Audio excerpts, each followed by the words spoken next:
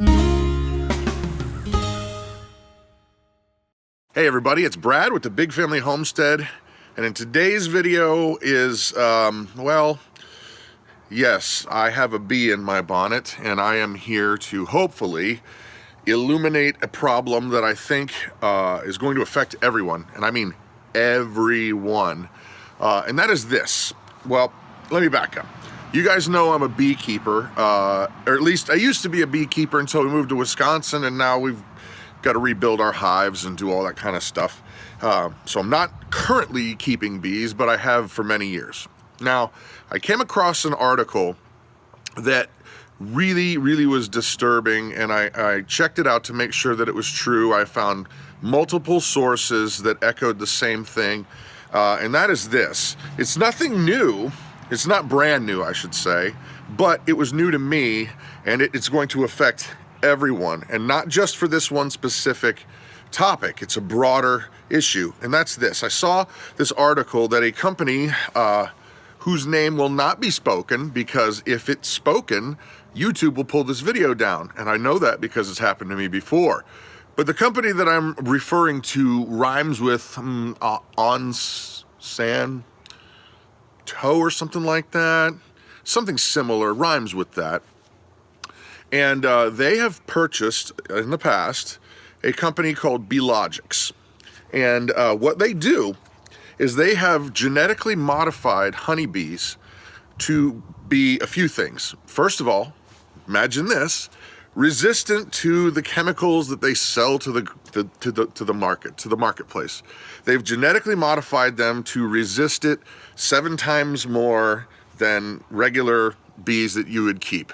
Now, okay, money grubbing, greedy, yes. Is it good for the environment? We'll get to that in a minute.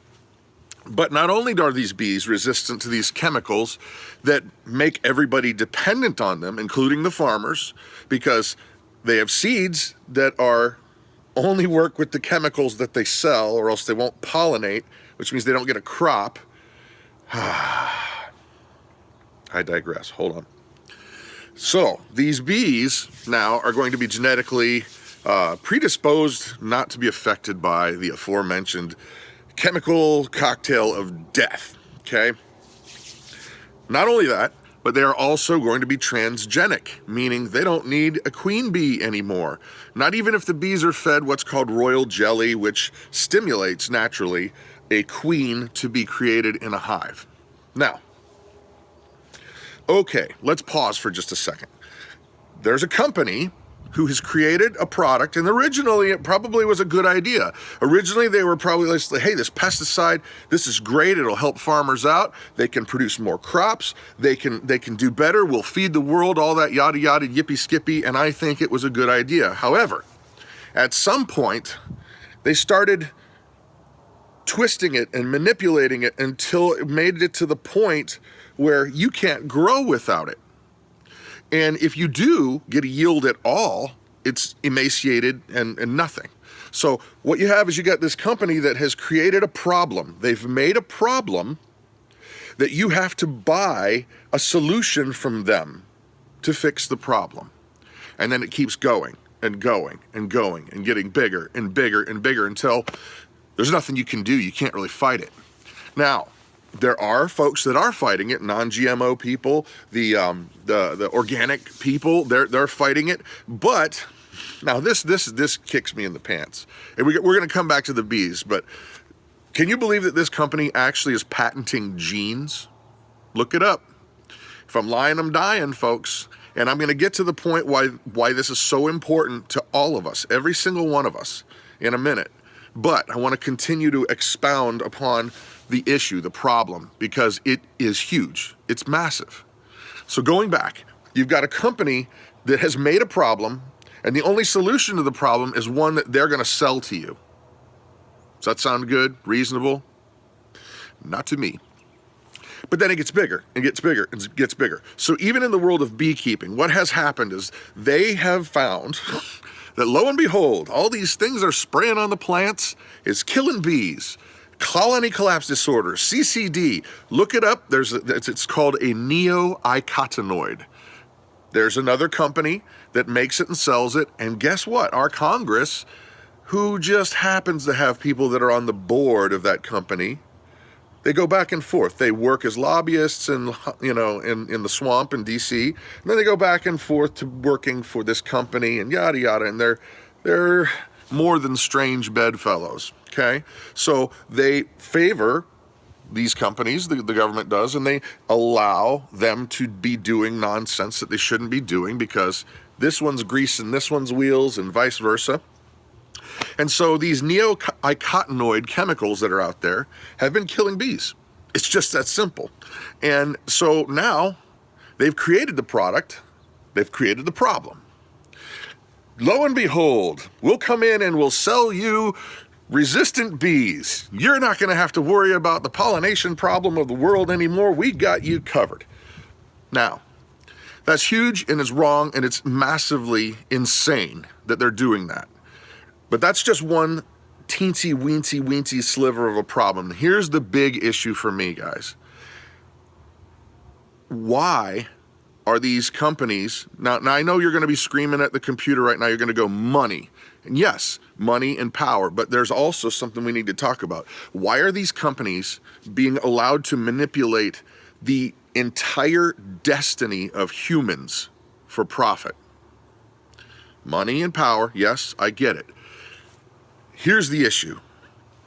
And if you guys have suggestions, put them in the comment section below because, to be honest, I'm listening. I'm a concerned dad, father, husband, human that does not want to see everything go down the drain because of a profit margin. Now, there are companies that are out there that have the ability and are being allowed to manipulate human destiny with food, with your air quality, with your water. How about this one? This is a great one, guys. Nest, something like that. They're a company that sells candy, and I can't really think of the actual name of the company because I don't want to really mention it. But they have a habit of going into a small town that is struggling, that has a good water aquifer.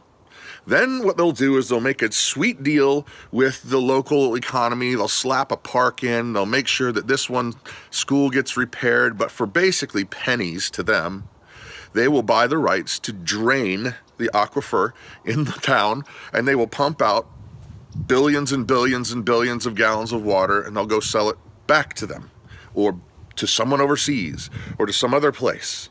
And then they will end up decimating that town's resources.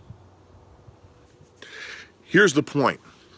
These companies that are tinkering around with human basic destiny type stuff need to stop it. Now the question is, how do we stop it? Because you watching this video are affected by it. Might not be the bees today, might not be the water today, but there are tens of hundreds of things that are happening right now in your world that we probably don't even largely know about. And that's kind of how this started, this video. For me, I saw this article, and being a beekeeper, I was like, huh. And I started looking into it, and it got deeper and deeper and deeper. And so I feel like we need to push back, and I don't know how to do it. This is my platform. I talk with you. You guys come up with good ideas. We work together and we figure out solutions to things. Sometimes it's just with my barns or my field or whatever, and you guys help out. But guess what? We're a big group of people. And if we can actually come together and say no more, and here's how we're going to move ahead, maybe we can push the agenda. Maybe we can make the ball go just a little bit back that way instead of light years that way. So there it is. Ideas, thoughts, concerns down below. I don't even know if you'll get to see this video because once they see what's in the video, they usually get pulled down. So imagine that. I'm Brad with the Big Family Homestead. You guys have an amazing day.